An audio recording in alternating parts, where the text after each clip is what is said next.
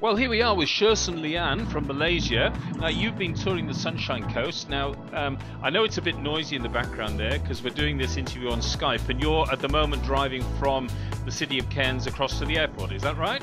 Yes, that's correct. Now, tell me, Sherson, have you been to Australia before, by the way?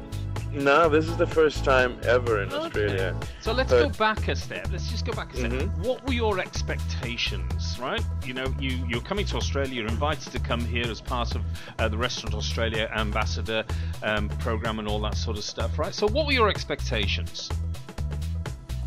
Well, definitely back home, when I told my friends that I was coming to Australia, Malaysians visit Australia all the time. It's just that I haven't had the opportunity to come. So they were telling me that, Australia is a beautiful place and, lots of, really good food because of the multiracial, culture that you guys have. And so, that was sort of like the generic expectation. But when I got here, Linda Tourism of Queensland really brought me to all the different places. For instance, like the Umandi market, and then we went up to Noosa, and from Noosa we're now in Cairns. So it's really superseded my expectation by beyond. Brilliant. So so you went to your Monday markets, absolutely, loads and loads of fresh produce and lots of organic produce as well. Did that impress you there? That definitely did. What really impressed me about the market is the originality of every stall. It's not something that we're used to back home. Back home you've got stores that are repetitive. It's just the pricings that's different. But they've got that rule where no two stalls can sell the same thing, and that I find is really so awesome about the market, because everything's original and you see creativity just everywhere you turn your head. It's something creative, something unique, and something fresh. So was that the same as at Noosa Farmers Markets? Well, Noosa Farmers Market is more like a farmers market. Umandi's market is more lifestyle sort of, so in Noosa, the produce simply amazing. For me as a cook, to get in touch with produce straight from a stall that says picked yesterday, that is something that's so amazing, because half the ingredients or the produce we use back home, like for instance tomatoes and radishes and whatnot, we import from overseas, and by the time it gets to us, you can only imagine the quality. Coming straight to the source, that really connects me to the ingredients so much more. Now, you've been to some fellow chefs' restaurants. You've had dinner at Barado's. You've had an overnight stay at Outrigger. You've had dinner at Wasabi in Noosa, and you stayed at Spices Clovelly Estate in Montville and had dinner there with Cameron Matthews. So, tell me about your food experiences so far. My food experiences has been really amazing, because I've been really trying to figure out what the Australian cuisine is all about. Like, with the first day I got here, I told Linda, which is, she's my host, I said, tell me something that's a must-have in Australia. You come to a Umandi's market, I want to have something that, if you don't have it, you've never been to Australia.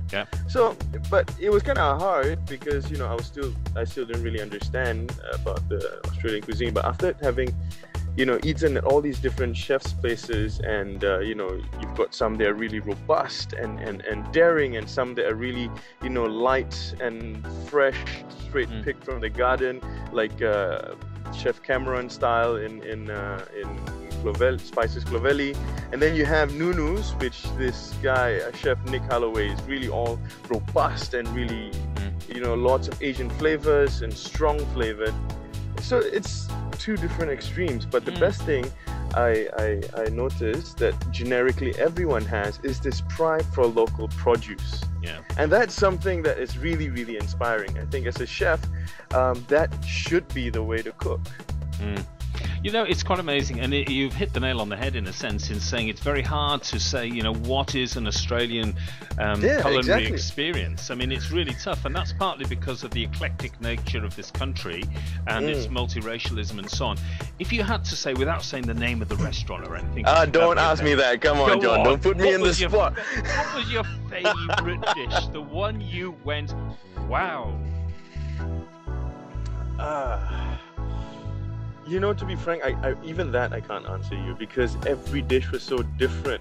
Well, there was this one dish that I think did make me remember it a little bit more, but I'm not going to say where or what. Come on, you can't do this to me, John. Just tell me what was in the dish. Go on.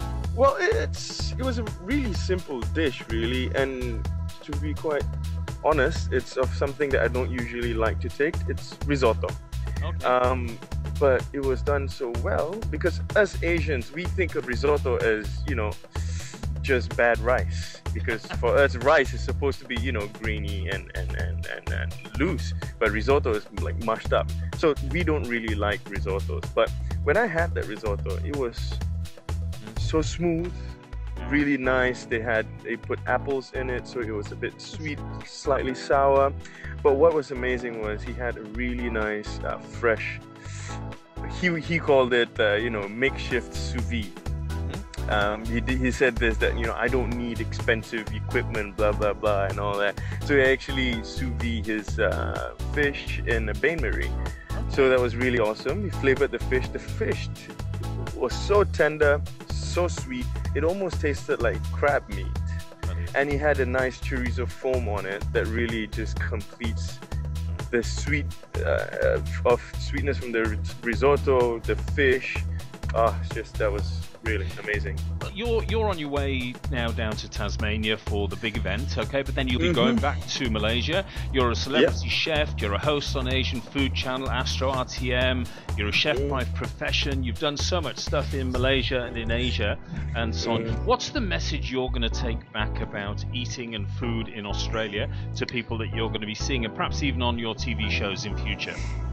The one thing I really want to bring back is simply to be able to inspire the people back home to have that pride for own local produce. I mean, since day one, like I said, I've gotten here.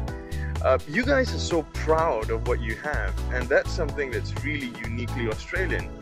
And we need that back home in Malaysia. You know, we're still very much looking towards the West, you know, to impress our guests and whatnot. But really, we have not really looked inwards and say that, look, this is locally grown and this deserves enough credit.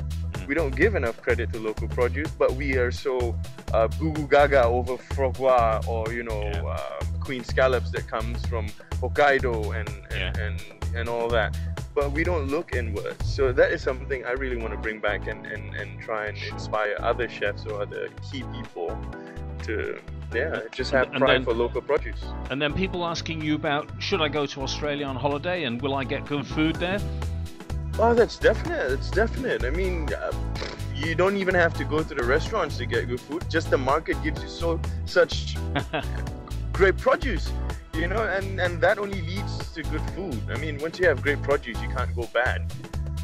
Brilliant. Well, Sherson Lian, thank you very much for your time today. Enjoy your trip to Australia, your ongoing trip, and enjoy going to Tasmania. Awesome food in Tasmania, and I know the Restaurant Australia event there will be fantastic. Thank you for your time today.